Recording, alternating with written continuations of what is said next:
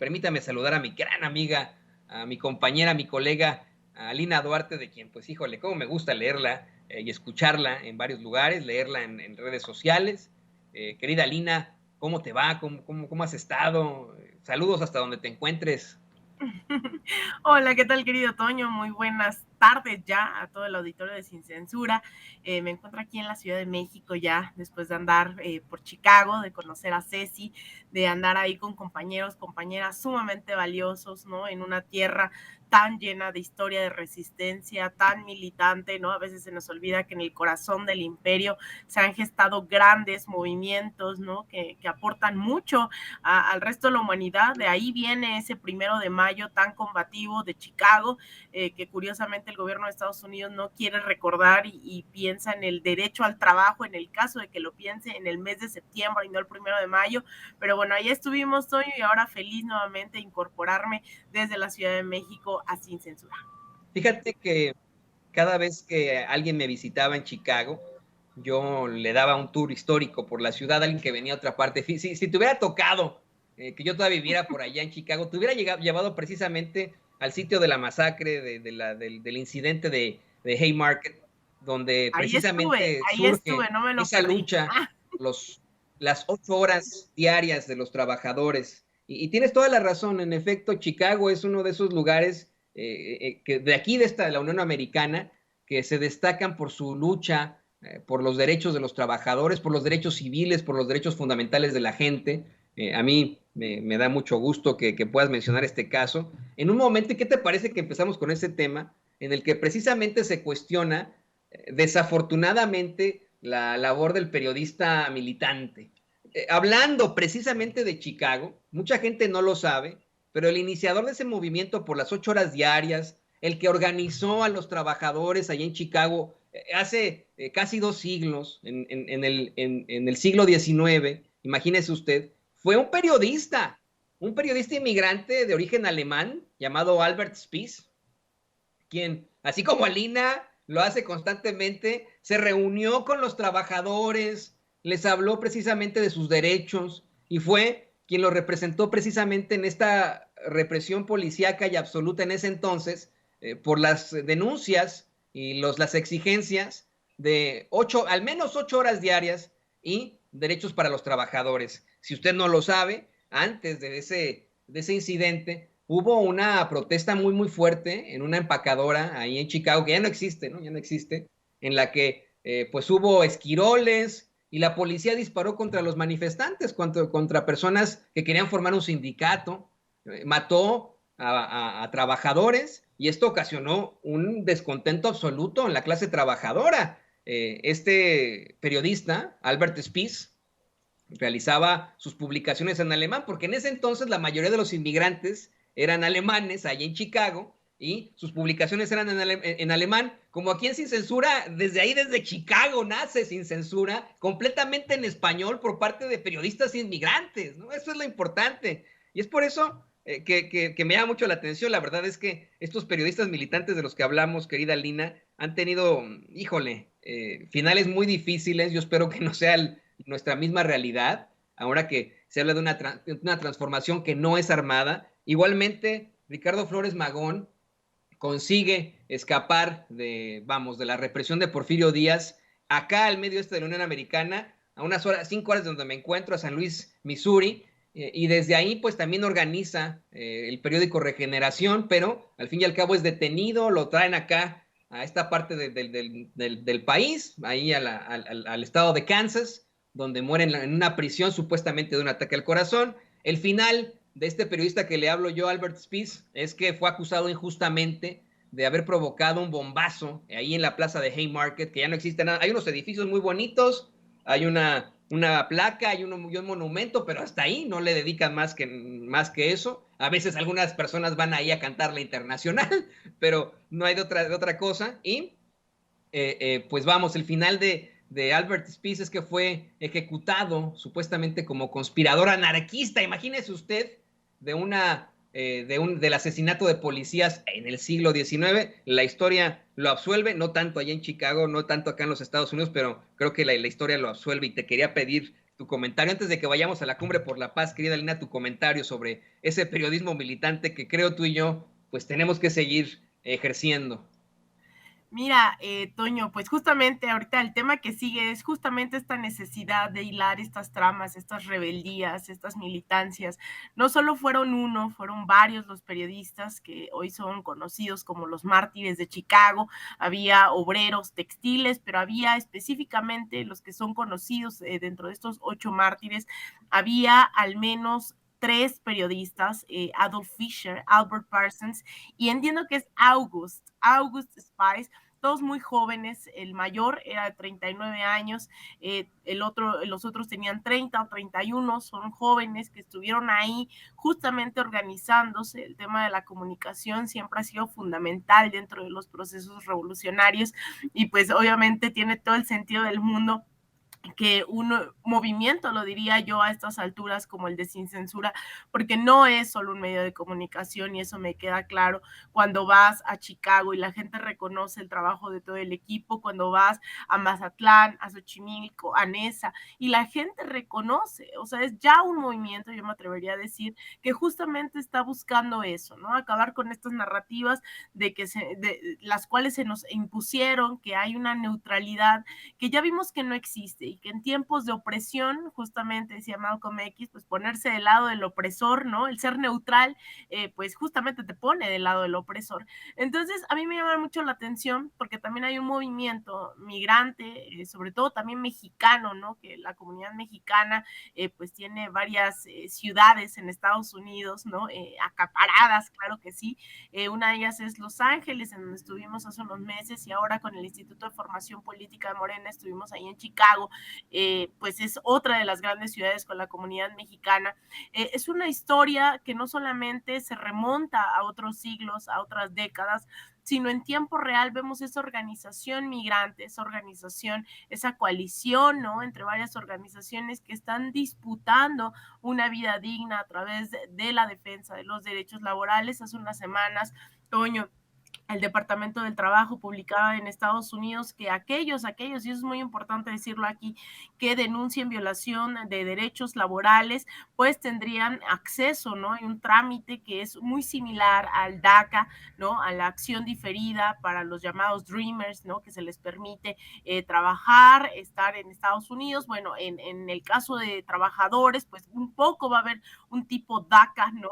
Para trabajadores migrantes, algo que me gustaría abordar después, que tenga más elementos para entrar en análisis, pero hay gente que se está organizando en ese sentido para apoyar a la comunidad migrante que quiera acceder a los beneficios de las irregularidades del contrato colectivo. E insisto, no es en cualquier ciudad. A mí me llamó mucho la atención no solo lo bonito que es Chicago, sino la gran resistencia migrante que hay organizada, porque hay migrantes por todos lados, no necesariamente estamos organizados, pero el nivel de conciencia, el nivel de debate que se tuvo este fin de semana con el instituto, con los y las asistentes, la verdad, yo quedé impresionada, quedé muy satisfecha, ¿no? Con todo lo que aprendí, con todo lo que podemos hacer, aportar, y pues ya estaremos ahí anunciando desde esta parte internacional de este proyecto que me han invitado desde el instituto, anunciaremos pues desde, a partir de cuándo estamos ya organizando encuentros híbridos, ¿no? Para dar continuidad a esta formación, y la verdad, increíble. Yo no sabía la vida de Joan Sebastián, también me enteré de la vida de Joan Sebastián, me adentré en el tema de Al Capone. La verdad es que aprendí muchísimo en esta visita en Chicago, no solo de la resistencia, que bueno, es bien conocida, es algo que me llamaba de por sí la atención, ¿no? Que quería conocer más, pero pues también hay estas historias increíbles, ¿no? De Chicago, tanto de resistencia migrante como el tema de Al Capone, el tema de hasta la vida, insisto, de Joan Sebastián, que yo no sabía que ahí había vivido varios años. Ver un gran mural ahí, la verdad yo quedé impresionada con Chicago. Espero volver pronto, Toño. Espero que vayamos juntos. Fíjate que por donde yo vivía ahí en Chicago está todavía uno de los bares más representativos, que era propiedad precisamente de Alfonso Capone, o Capone como le dicen los estadounidenses, el Green Mill, así se llama, el Green Mill. Híjole, qué bonito lugar. Creo que la última vez que estuve en Chicago con Vicente, justo antes de la pandemia, fuimos ahí a echarnos unos drinks y hablar del futuro de Sin Censura, justo antes de la pandemia. Y ya después se vino esto, cerraron el estado, y hay tanto que aprender Hay tantas cosas que ver ahí, hay tanta historia sobre inmigrantes, hay pues mucho de qué saber y también de fuerza de la comunidad en la lucha, en esa gran cebolla salvaje, porque precisamente los pueblos originarios que se establecieron en la zona le llamaban la gran cebolla salvaje a Chicago, porque crecen cebollas salvajes en todo Chicago, y de hecho en el verano uno va a lugares pues más amplios en Chicago, más dentro de la ciudad, pero amplios, y huele como a cebollita porque crecen las cebollas salvajes ahí, y así le pusieron los pueblos originarios. Ellos simple y sencillamente iban a Chicago porque era un pantano de intercambio, ¿no? En el que intercambiaban pieles, por ejemplo. Pero la historia de Chicago es muy interesante y me da mucho gusto que haya sido, querida Lina. La próxima tenemos que ir juntos y vamos a muchos otros lados. Pero ¿qué te parece que nos hables en estos momentos precisamente de esa cumbre por la paz? Háblanos un poco más al respecto, querida Lina. Pues mira, Toño, el día de ayer se anunció esta llamada Cumbre por la Paz, un esfuerzo en el cual también me han invitado a colaborar desde el lado de las comunicaciones, un esfuerzo entre varias organizaciones, algunas no necesariamente consideradas de izquierda, revolucionarias, comunistas, ni mucho menos, pero sí con una agenda clara en temas binacionales. Y cuando hablo de lo binacional, estoy hablando prácticamente de todo lo que acontece hoy en el país, ¿no? Esta simbiosis producto de la globalización y capitalismo que tenemos con Estados Unidos, a diferencia de incluso otros países, pues habla de la urgencia de trabajar de manera conjunta y no necesariamente solo entre los gobiernos. Hemos puesto mucho acento en la relación bilateral México-Estados Unidos a partir de las reuniones presidenciales, de congresistas, los cancilleres, etcétera, etcétera, pero poco se habla de esta relación entre los pueblos. Y esa es la gran apuesta de la Cumbre de la Paz, que se llevará a cabo en febrero del 2023 y dirán, ¿y entonces por qué la estamos anunciando desde ahora? Bueno, pues porque esto se trata de un largo proceso de debate en el cual están invitados todas y todos los que nos están viendo. Se anuncia porque habrá varios diálogos binacionales a lo largo de este tiempo. Al menos se tienen planeados 6 debates binacionales, 3 en Estados Unidos, 3 en México, y en el cual es un proceso que participarán padres, madres de las familias de Ayotzinapa, de los estudiantes detenidos y desaparecidos, de Cherán, de comunidades originarias tanto de México como de Estados Unidos, grupos que están en contra de las armas, ¿no? Grupos como March for Our Lives en algunos capítulos en Estados Unidos estarán participando, también algunos de los capítulos de Black Lives Matter, ¿no? Y esto tiene sentido cuando pensamos que se expresa, ¿no? Esta violencia, por ejemplo, la violencia por armas de fuego, mientras en Estados Unidos se refleja en balaceras, en escuelas, centros públicos, en las calles día y noche. En México se expresa armando a grupos del narcotráfico, grupos irregulares del crimen organizado. Entonces, ahí es cuando decimos tenemos que constituir una agenda binacional y por eso es el llamado a que nos sumemos a estos encuentros que, insisto, el final, ¿no? El grande va a ser en febrero en la Ciudad de México, sin embargo, estaremos anunciando, ténganlos por seguro, aquí en Sin Censura, todos estos debates les estaremos dando continuidad porque creemos que podemos organizarnos binacionalmente. Yo siempre he pensado que en general, ¿no? En todo continente siempre hay muchas cosas como organizarnos en la patria grande, contemplando al pueblo estadounidense, también es parte de esa patria grande, pero ahora también de incidir específicamente en estos dos gobiernos en todos los niveles, sea en el legislativo, en el ejecutivo, ¿no? El cómo generamos políticas públicas en beneficio de los pueblos mexicanos y estadounidenses. Tenemos ahí una parte de la declaración de Marco Castillo, de la organización, codirector de la organización Global Exchange, a ver si la tenemos por ahí, justamente en este gran anuncio de esta Cumbre por la Paz. Vamos a ver el video. Sin duda alguna, esta agenda tiene como objetivo contrastarse y convertirse en una herramienta de incidencia de la sociedad y la ciudadanía frente a los gobiernos, no solo a los gobiernos existentes, sino de cara a procesos de elección presidencial que ambos países van a vivir en 2024.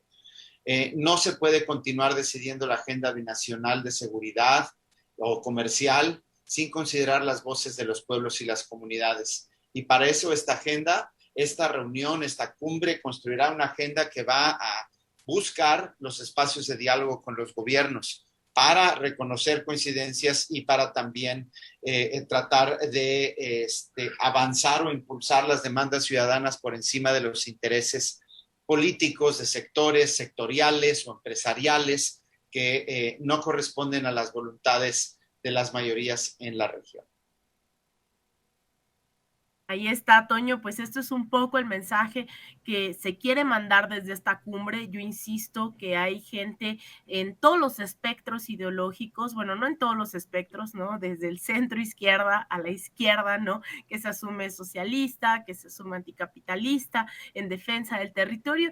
Y yo creo que son debates que yo insisto que hay que dar, ¿no? Que las cosas no cambiaron por arte de magia, y mucho menos en Estados Unidos, pero hay gente que cree que las cosas cambian, ¿no? Con solo ir a votar ese 1 de julio y que el 1 de diciembre ya no hay nada que debatir, nada de qué preocuparnos.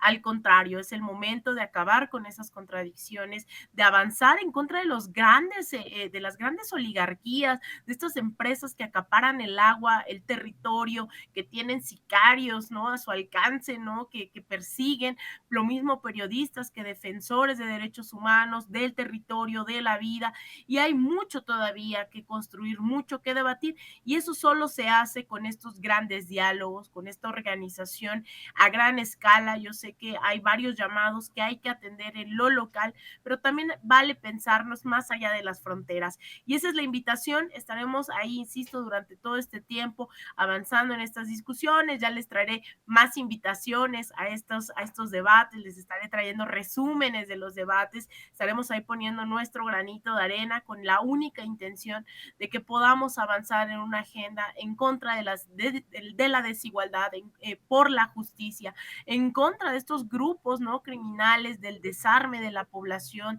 en contra de la gran industria armamentista militar, que es la única que se enriquece con la muerte de millones de personas, sea a través de guerras, a través del narcotráfico, a través de la violencia entre ciudadanos, ciudadanas estadounidenses. Entonces creo que hay una agenda común que construir, que fortalecer. Hay grupos que no necesariamente diría yo soy fan de estas organizaciones, sin embargo es claro que tienen trabajo de base, que están en el debate y que hay que construir. Entonces, bueno, ya les estaremos ahí trayendo todos los pormenores, siempre buscando pues obviamente la paz de los pueblos. Por eso es esta cumbre de la paz, Peace Summit. Ahí le estaremos dando pronto todos los detalles, querido Toño. Ojalá podamos asistir todos. Y fíjate, quiero leer un mensaje que nos manda, querida Lina, Ángela Alvarado. Dice: el narco y la delincuencia nunca se acabarán, está bien arraigado entre políticos, jueces y más. Y ahora que platicábamos de Chicago, me acordé también que nos planteabas esto del lugar de la masacre de San Valentín, de la influencia que tuvo alguien como Al Capone. Pues me acordé de cómo es que precisamente Chicago, hace aproximadamente 100 años, se enfrentó a las mismas a las que se enfrentan muchos estados mexicanos en el norte, con la violencia, con la inseguridad, a lo que se enfrenta en estos momentos Guanajuato, que no está en el norte, está en el Bajío, ¿no? Y todo, vamos, no estoy diciendo que ya no haya pandillas en Chicago, que se haya acabado ya el crimen, porque es una de las ciudades en las que más homicidios hay del mundo. Hay más homicidios en Chicago que en la Ciudad de México, pero estos, momentos del crimen organizado en Chicago pudieron detenerse precisamente con esto que plantea Lina, con, este tipo de situaciones completamente propositivas. Y hablando de fortalecer precisamente a las instituciones, tomó años fortalecer esas instituciones para que los jueces no estuvieran comprados por el crimen organizado, pero se puede, claro que se puede. Yo confío en que generacionalmente México podrá sacar adelante su vida, su realidad, y bueno, en esas quedamos. Y yo sé que ya te tienes que ir, Alina, pero permíteme hacerte una pregunta más. Aguántame solamente con una, porque creo que ya no vamos a tener la oportunidad de platicar de esto en un ratito, y creo que es importante que lo planteemos. Estamos ya cerca, y no, pero cerca ya, cuestión de meses, de la grande, de la elección en un país que representa mucho para todo el continente, Brasil. Una elección que se espera, pues podría ganar muy fácilmente Luis Ignacio Lula da Silva frente a estamos hablando del agua y el aceite, ¿no? Estamos hablando de un personaje que claramente representa a la izquierda latinoamericana e incluso mundial, frente a uno de los más fascistas líderes que existen en estos momentos en todo el globo. ¿Qué nos puedes decir sobre esto, querida Lina? Pues mira, yo estoy muy emocionada de ver que pues ya es casi un hecho, ¿no? Es innegable que Lula va a ser el próximo presidente brasileño en octubre de este año. Sin embargo, llama la atención, y yo ponía hace rato un tuit de un reporte de un colega, ¿no? Un ex compañero de Telesur que sigue ahí en Brasil, y hacía este recuento de que durante las últimas semanas, pues la derecha, ¿no? Incluso el partido de Sergio Moro, quien encarceló a Lula da Silva y después fue nombrado ministro de Justicia con Bolsonaro, pues su partido estaría aliándose a Lula porque no hay otra opción. La otra es Alckmin, un candidato que ha sido históricamente opositor a Lula, también no solamente va a formar parte de esta alianza, sino va a ir como candidato a la vicepresidencia junto con Lula. Es decir, el espectro no solo abarca a la centro izquierda, sino a la derecha y a la izquierda van en fórmula para que gane Lula. No sé si sea necesario o no, eso lo determinarán obviamente el Partido del Trabajo y el equipo de Lula da Silva, por qué esta alianza. Lo que sí llama la atención, y yo lo decía, es un poco poner sobre la mesa que la disputa real en el caso de Brasil no va a ser con la derecha electoral que quede fuera de este programa, sino dentro de esta alianza. Y eso me suena mucho a México, ¿no? La disputa hoy en México no es Morena contra el resto, no hay una oposición electoral, no hay un proyecto de oposición, pero sí estamos viendo a los Monreales, las disputas internas. Esa es realmente la batalla que se está dando porque la izquierda gane dentro del proyecto de nación, dentro del partido, dentro del gobierno, y un poco eso creo, ¿no? Sin adelantar, faltan meses, pero pues apostaría a que eso va a ocurrir, la disputa sin duda alguna va a ser interna entre estos grupos que históricamente han defendido los derechos de los empresarios, las oligarquías, etcétera, etcétera, contra quienes defienden pues los derechos de los trabajadores, de las clases históricamente oprimidas. Así que es bastante interesante este giro que está dando, ¿no? Esta alianza que es como aglutinar absolutamente a todos. Muchos dicen, bueno, va a llegar fuerte Lula, pues sí, pero no, eso no significa que no va a haber estas peleas internas. Vamos a ver si lo dejan gobernar, ¿no? Porque pues está a cargo de la vicepresidencia, a la derecha, con otros sectores que se están aglutinando. No obstante, debo decir que pues obviamente pues me alegra en demasía ver que un Lula da Silva, reconocido por sus programas en contra del hambre, ¿no? En Brasil, reconocidos por la ONU, por la FAO, que acabó con gran parte de la hambruna en Brasil, que tuvo programas de desarrollo social, que impulsó agendas progresistas, pues esté nuevamente en la presidencia, esté ahí en el Palacio de Palo Alto. Pues vamos a ver, ¿no? ¿Qué pasa? Sin embargo, pues me llena de felicidad saber que ya es casi inminente la victoria de un Lula da Silva.